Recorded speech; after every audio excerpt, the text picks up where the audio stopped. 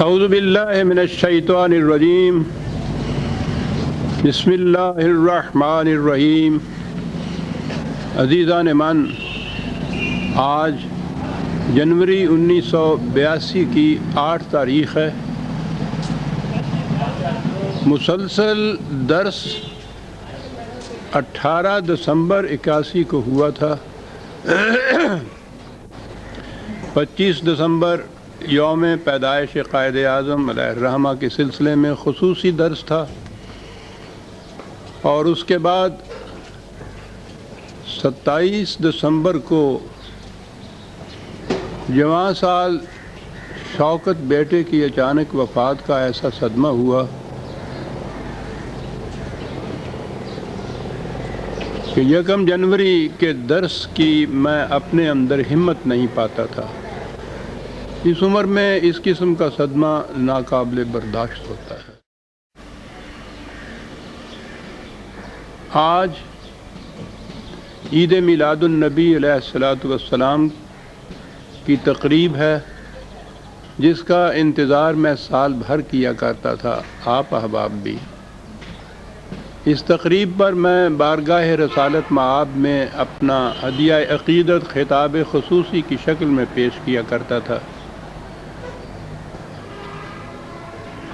ان سال بھی آرزو تو یہی تھی، لیکن جب میں نے اپنا جائزہ لیا تو دیکھا کہ میرے جذبات کی رقت اور شدت میں ابھی کچھ فرق نہیں آیا۔ تو میں نے محسوس کیا کہ شاید ان حالات میں حضور کے شایان شان ہدیہ احترام و عقیدت پیش نہ کر سکوں گا۔ اس سے بہتر ہے کہ میں معذرت طلب کر لوں۔ تو آج پھر وہی مسلسل درس کا اگلا ٹکڑا سامنے آتا ہے۔ وہ سورہ الاعقاف کی آیت 27ویں سے ہم آغاز درس کرتے ہیں، 46/4 6/27۔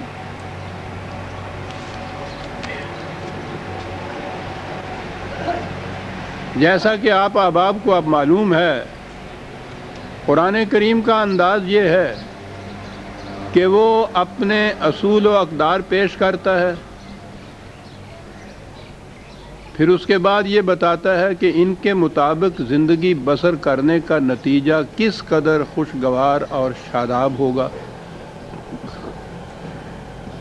اور ان کی خلاف ورزیوں سے کیسی تباہی آئے گی۔ اپنے اس دعویٰ کی شہادت میں پہلے وہ خارجی کائنات کے قوانین کو پیش کرتا ہے کہ تم وہاں دیکھو کہ قوانین فطرت یا قوانین خداوندی کے مطابق جو یہ سلسلہ چلتا ہے تو وہ اپنے اٹل نتائج کس طرح پیدا کیے چلا جاتا ہے، اور اس کے بعد پھر وہ انسانوں کی دنیا کی طرف آتا ہے۔ اور اس دعوے کی شہادت میں بہترین طریق یہ ہے کہ تاریخ کے شواہد پیش کیے جائیں کہ فلاں قوم نے ان قوانین کی خلاف ورزی کی تو اس کا نتیجہ کیا نکلا۔ بڑا ہی مؤثر اور بلیغ انداز ہے بات کے سمجھانے کا۔ تو اسی لیے اس نے کہا تھا یہ کچھ بیان کرنے کے بعد فَبِأَيِّ حَدِيثٍ بَعْدَهُ يُؤْمِنُونَ، کہ اس کے بعد بھی اگر تم حقیقت کو تسلیم نہیں کرتے تو پھر اور کون سی بات باقی ہے جس کے سامنے لانے سے تم اسے تسلیم کرو گے۔ تو گویا یہ ایک ایسی حجت بالغہ ہے، قوانین فطرت جسے ہر شخص دیکھ سکتا ہے۔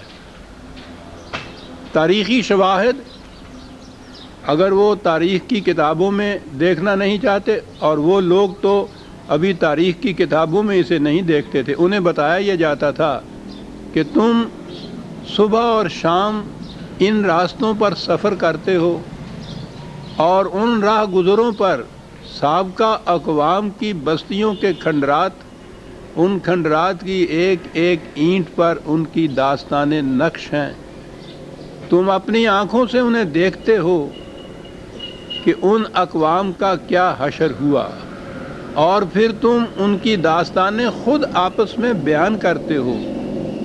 یہ چیزیں تمہارے روزمرہ کی زندگی کے مشاہدات بھی ہیں، اور پھر آپس میں جب انہیں بیان کرتے ہو تو تمہارا موضوع گفتگو بھی ہیں۔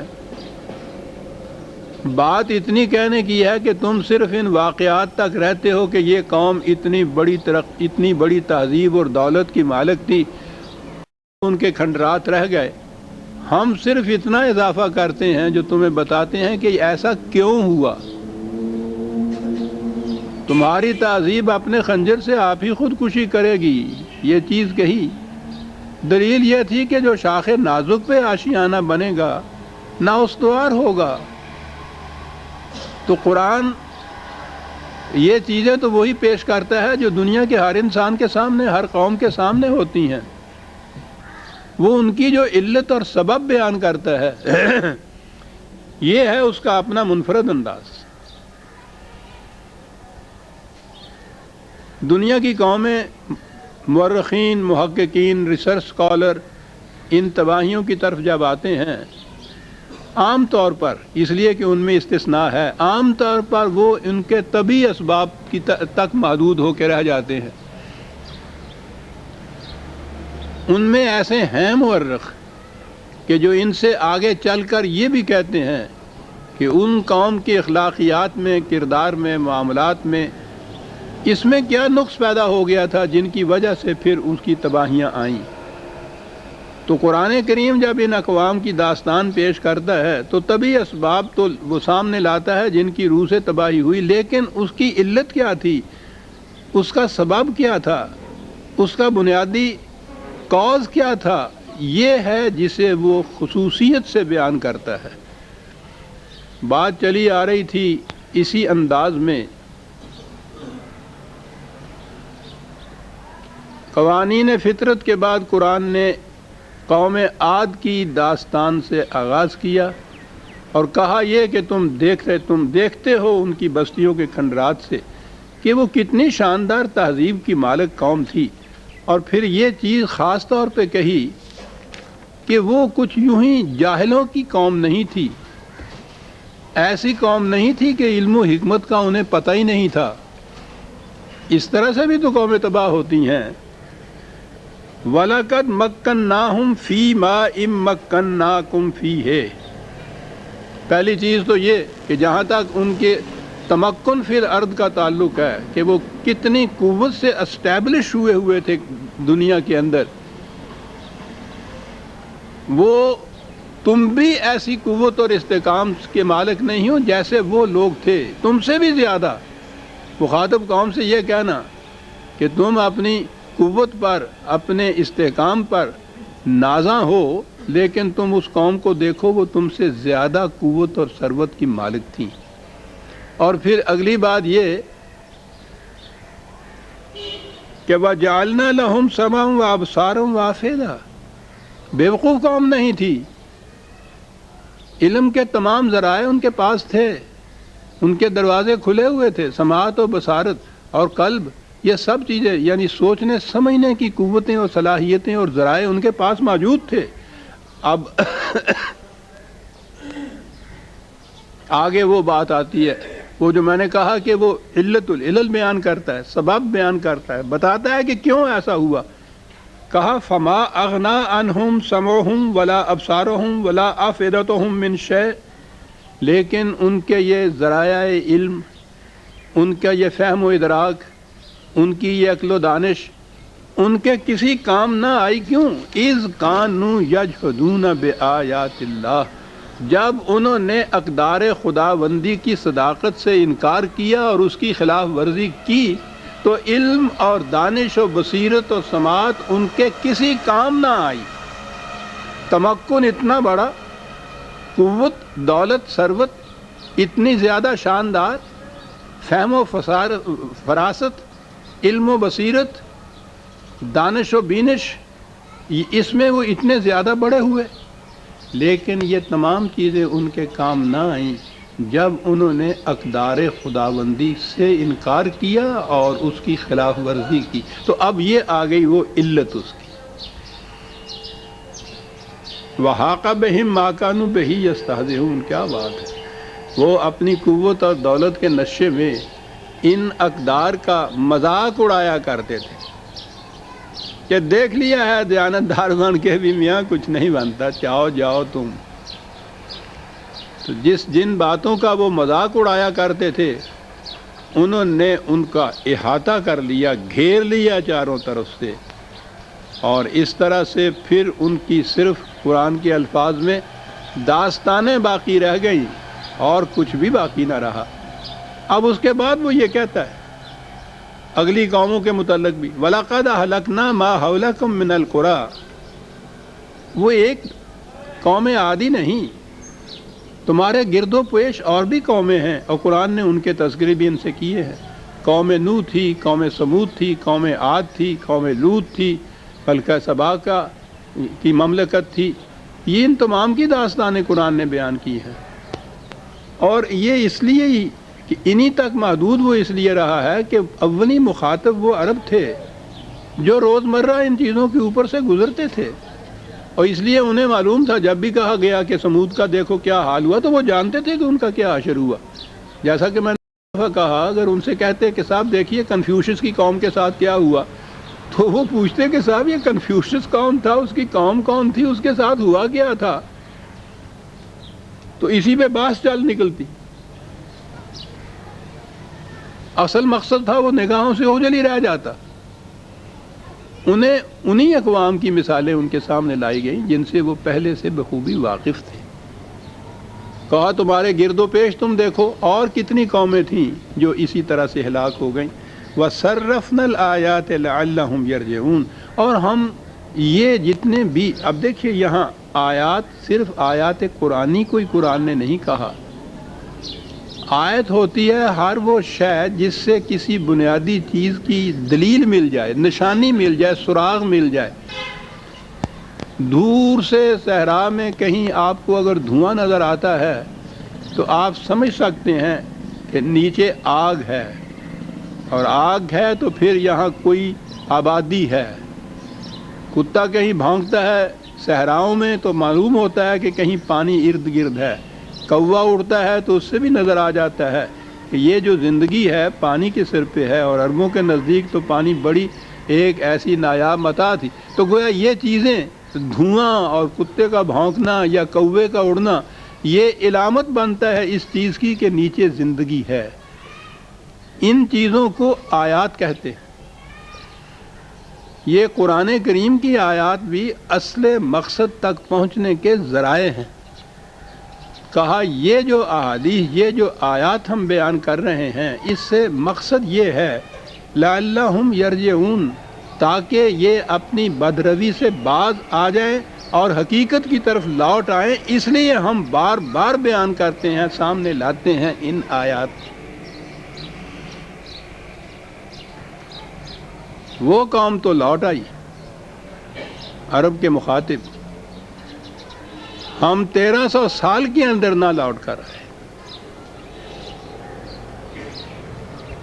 ان میں بھی جو لوگ ایسے تھے جو کہتے تھے کہ یہ تو پرانی قوموں کی داستانیں ہیں جو یوں ہی جیسے داستانیں امیر حمزہ بیان کرتا ہے کوئی، تو اس طرح سے یہ کہانیاں ہیں، اساطیر الاولین ہیں، پہلے لوگوں کی کہانیاں ہیں جو بیان کرتے۔ جب انہوں نے ان کو صرف کہانیاں سمجھا اور یہ نہ سمجھا کہ کس مقصد کے لیے یہ کہانی بیان ہو رہی ہے، تو قرآن نے کہا کہ وہ تباہ ہو گئی جو ان کو کہانیاں ہی سمجھتے ہیں۔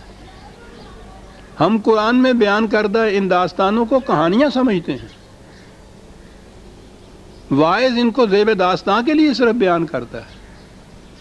مقصد ان کا وہی ہے کہ جو رات کو وہ نانی اماں بچے کو سلانے کے لیے وہ پریوں کی کہانیاں سنایا کرتی تھی، ہم انہیں کہانیاں سمجھتے ہیں، اساطیر الاولین سمجھتے ہیں، ہم انہیں آیات نہیں سمجھتے۔ دنیا کی باقی قومیں جنہوں نے تاریخ کی اہمیت سمجھی ہے، آپ کو معلوم نہیں کہ کتنی تحقیق ہو رہی ہے ان قوموں میں، سابقہ قوموں کی تاریخ کے احوال و کوائف کے بیان کرنے میں نہیں، اب وہ ان علتوں اسباب تک پہنچ رہے ہیں کہ وہ قوم تباہ کیوں ہوئی تھی۔ ابن کی رومن امپائر کی داستان کو دیکھیے کہ 7-8 جلدوں کے اندر ہے، لیکن آخر میں جا کے وہ جو اس کے اسباب بیان کرتا ہے ان کی تباہی کے، ٹوین بن کو دیکھیے کہ 13 والیومز کے اندر اس کی تاریخ ہے پورے عالم انسانیت کی، لیکن آخر میں پہنچ کے جب وہ ان کے کازز بیان کرتا ہے کہ کیوں ایسا ہوا، یہ ہے قرآن کا انداز جو انہوں نے، وہ تو ان سے اپنے ہاں سبق لے رہے ہیں، لیکن ہم ان داستانوں کو اساطیر الاولین ہی سمجھتے چلے جا رہے ہیں اور اسی طرح سے بیان کرتے ہیں، اسی طرح سے پڑھ کے آگے بڑھ جاتے ہیں۔ اس طرح لعلہم یرجعون، تاکہ یہ اپنی غلط روش چھوڑ کر صحیح راستے کی طرف آ جائیں، یہ تھا مقصد ان کے بیان کرنے کا۔ ہم تو اس مقصد کی طرف نہیں آ رہے۔ فلولا نصرهم الذین اتخذوا من دون اللہ قربانا آلہۃ، غلط روش کیا تھی؟ قرآن کا بنیادی نقطہ تو یہ ہے کہ اقتدار صرف خدا کی ذات کو حاصل ہے، کسی انسان کو دوسرے انسان پر حکومت کرنے کا اختیار حاصل نہیں ہے۔ انسانوں کو نہیں ہے تو جہالت میں جو تم بتوں کو سمجھتے ہو کہ ان میں یہ طاقت ہے، وہ تو اس کے ساتھ غلط روی بھی ہے، غلط نگہی بھی ہے، حماقت بھی ہے ساتھ اس کے۔ پھر جو انسانوں میں سے حکمران ہی نہیں بلکہ یہ روحانیت کی مملکت کے جو بڑے بڑے حکمران آپ کے ہاں پائے جا رہے ہیں، یہ مشائخ اعظام جو پائے جا رہے ہیں، خود وہی نہیں، ان کی قبروں کے پتھروں تک کے لیے جو سجدے کیے جاتے ہیں، کیا ہے؟ دلوں پر ان کی حکمرانی ہے۔ آپ جاتے ہیں تو چلیے دعا فاتحہ کے بعد یہ سجدوں کے واپس لوٹتے ہیں تو اس طرف پشت نہیں کرتے اپنی، یوں آتے ہیں، یہ ہے دلوں کے اوپر حکمرانی۔ ڈرتے ہیں، کانپتے ہیں اپنے کمرے میں بیٹھے ہوئے، اگر ان کے خلاف کوئی کسی کی گستاخی کا خیال آ جائے تو یہ ہے حکمرانی، اسے کہتے ہیں الہ۔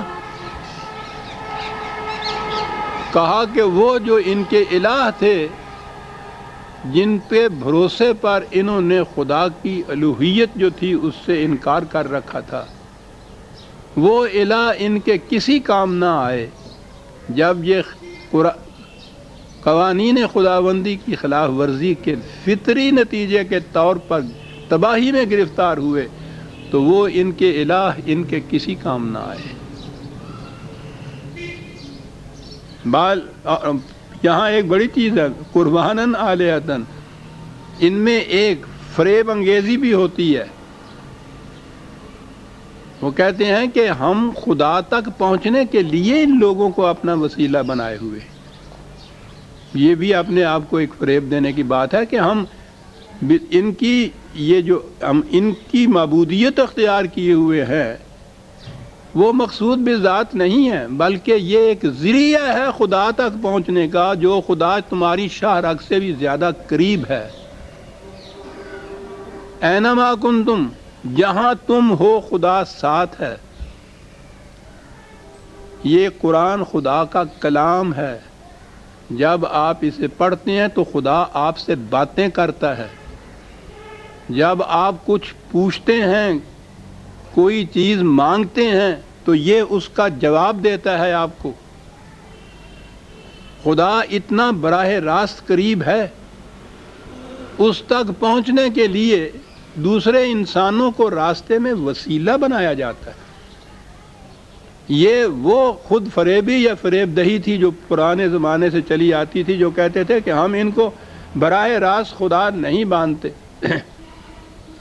خدا تک پہنچنے کے ہم سیڑھیاں اور یہ وسیلے مانتے ہیں۔ خدا تک اس کی کتاب کی روح سے براہ راست پہنچا جا سکتا ہے۔ عزیزان مان، کسی وسیلے کی ضرورت نہیں ہے، ہر وقت وہ آپ کے ساتھ ہے، بشرطے کہ اس کی کتاب آپ کے ساتھ۔ بل ضلوا عنہم وذالک افکہم وما کانوا یفترون، یہ کہ یہ ہمارے بڑے بڑے معبود ہمارے کام آئیں گے، یہ وسیلہ بنیں گے، افک تھا، یہ ایک جھوٹ تھا جو تراشا ہوا تھا، ایک بہتان تھا جو وضع کردہ تھا، حقیقت اس کی کچھ نہیں تھی۔ چنانچہ جب تباہی آئی تو ان میں سے کوئی بھی ان کے کام نہ آیا۔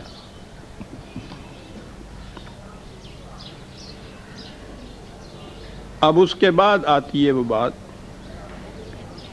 کہ اب آپ سے بھی زور دینا پڑتا ہے کہ یہ جنات کے متعلق پہلے بھی بات ہوئی تھی، لیکن بہرحال جب بھی یہ بات آتی ہے تو پھر وضاحت کی ضرورت ہے، اس لیے کہ یہ جنات اور بھوت اور پریت اور سایہ یہ ہمارے اعصاب پہ اس طرح سوار ہے، اس قدر ہمارے خون کے ذروں میں حلول کر چکا ہوا ہے کہ ہزار کچھ سمجھنے کے باوجود وہ چیز اپنی جگہ گرفت میں رہتی ہے، گرفت میں لیے ہوئے رہتی ہے ہمیں۔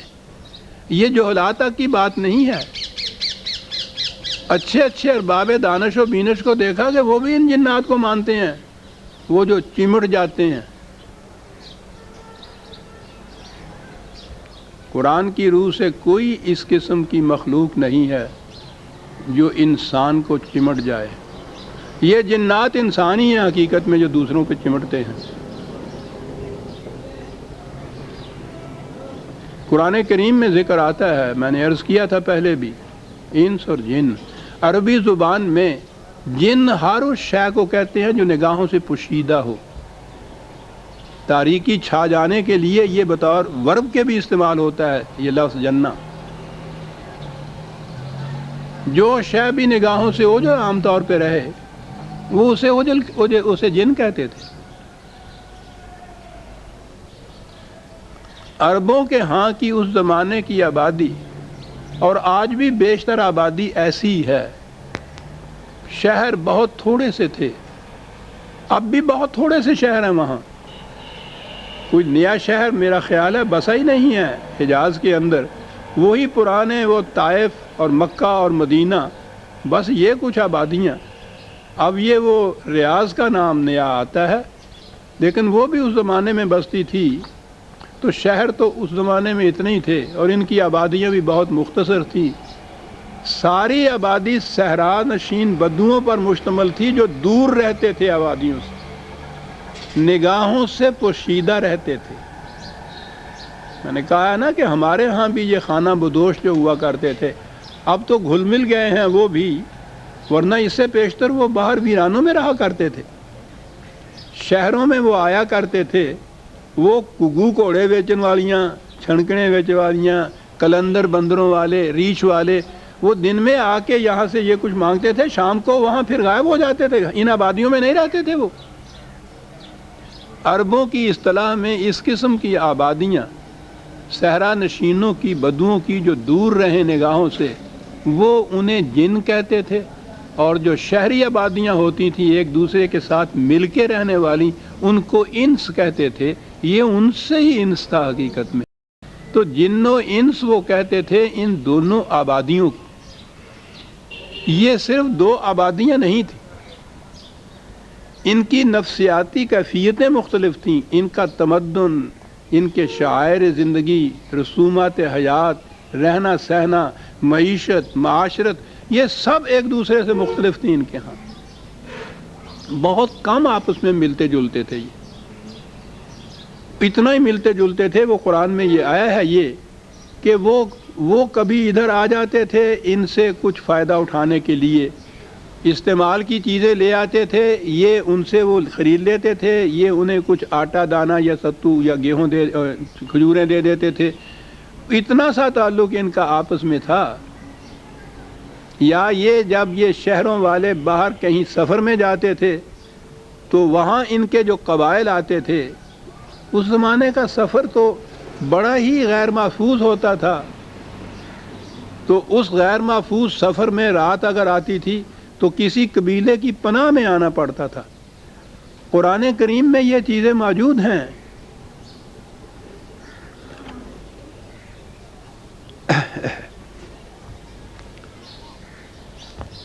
سورہ الانعام میں یہ الفاظ آئے ہیں، یہ لکھ لیجئے، 6/129۔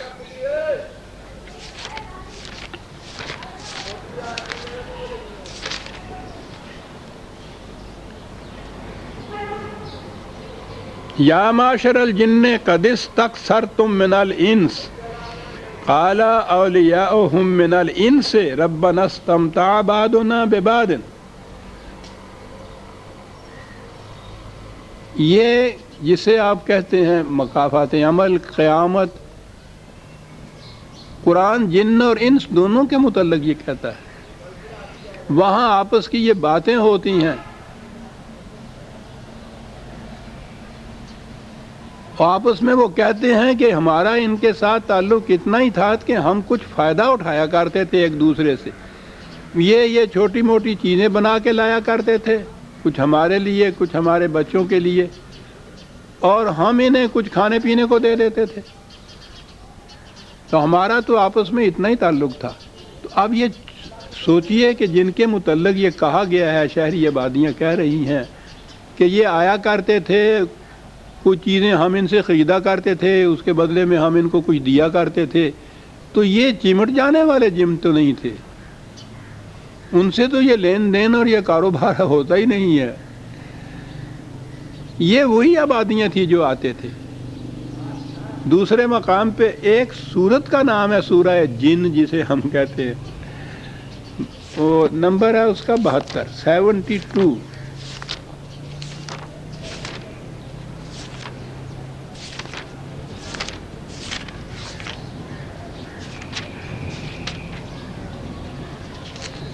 (72/6) ہے. وَأَنَّهُ كَانَ رِجَالٌ مِّنَ الْإِنسِ يَعُوذُونَ بِرِجَالٍ مِّنَ الْجِنِّ. کہ یہ آتے جاتے تھے تو یہ شہری آبادیوں کے آدمی، یہ جنگلی صحرا نورد آبادیوں کے آدمیوں سے وہ پناہ لیا کرتے تھے. ایک دوسرے کی قبائل کی پناہ لی جاتی تھی اس زمانے میں. تو اب ظاہر ہے کہ اگر وہ جن یہی تھے کہ جو نہ نظر آئے، نہ ان کا کہیں وجود ہو، نہ وہ آبادیوں کی طرح سے ہوں، وہ ان کی پناہ ڈھونڈنا یا وہ یہاں پناہ لینے کے لیے آتے تھے، یہ وہ تو جنات ہیں نہیں صاحب. یہ ہے 72/7، 72/6.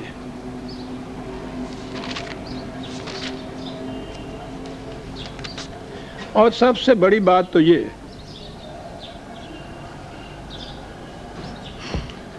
اب میں آتا ہوں اس آیت کی طرف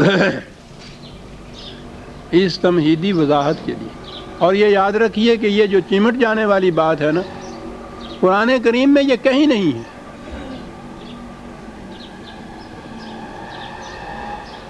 جن و جنات وغیرہ کا ذکر تو قرآن کریم میں مختلف مقام پہ آیا ہے، اور جن و انس تو مشترکہ طور کے اوپر تو عام طور پہ وہ استعمال کرتا ہے ان لفظوں کو، دونوں آبادیوں کو اکٹھا کر کے. لیکن یہ چمٹ جانے والے جو بھوت پریت اور جن ہیں، ان کا کوئی ذکر نہیں ہے. اس کرۂ ارض کے اوپر تو بہرحال انسان سے بالا کوئی قوت نہیں ہے ایسی کہ جو اس کو دبا لے. بشرطے ویسے دبنے کو تو یہ اتنی سی چیزوں سے دب جاتا ہے، اپنے توہمات سے دبا ہوا رہتا ہے. خارج کی چیزیں تو ایک طرف رہیں، اور یہ جو جن چمٹ جاتے ہیں آ کر، جن قوموں کے اندر علم و بصیرت نے ترقی کی، انہوں نے تحقیقات کی، وہ سارے ان ملکوں سے جن کہیں نکل گئے. یورپ کی تاریخ دیکھیے 2 صدیاں پہلے، سارے یورپ میں یہ جن نہیں بستے تھے جو چمٹا کرتے تھے. جن، بھوت پریت، جادوگرنیاں، جادوگر، سارے یورپ میں. اب اس کے بعد جب وہ اس جہالت سے نکلے ہیں، سائنس کے انکشافات ہوئے، علم کی روشنی پھیلی، وہ پتہ نہیں وہ جن کہاں چلے گئے، ہمارے ہاں آ گئے. ہاں جی، وہ پناہ گزین ہیں.